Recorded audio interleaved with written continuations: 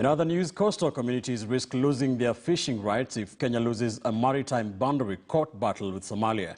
In written submissions before the International Court of Justice, Kenya is defending her right to occupy the disputed maritime area, citing a threat to the existence of the Lamu archipelago, loss of marine life and security threats. The hearing into the Kenya Somalia maritime boundary row entered its second day without Kenya's participation. KTN's Rita Tinina now reports.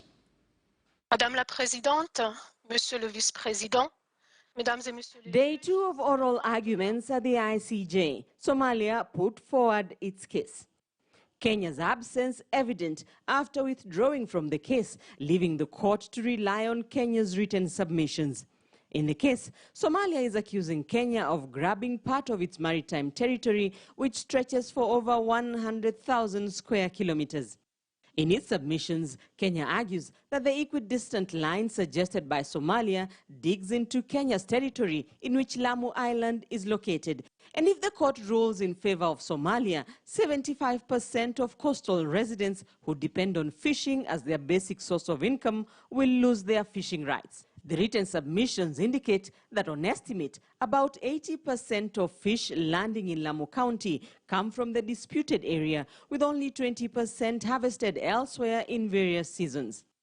If the disputed waters were awarded to Somalia, the restricted access to historic fishing grounds and increased insecurity would be the final nail in the coffin for commercial fishing, Kenya argues. Kenya is also citing security reasons. In a sworn affidavit, General Retired Joseph Kibwana, who served as the Chief of Defense Forces, tells the court that if the Kenya Navy is stopped from patrolling up to the parallel of latitude, both within and beyond the territorial sea limit, the security situation for Kenya will decrease substantially.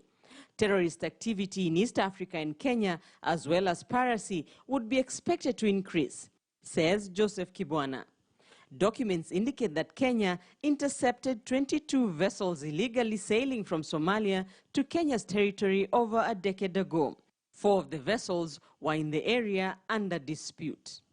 Following Kenya's withdrawal, the country will not be able to present oral submissions or rebut Somalia's arguments. Rita Tinina, KTN News.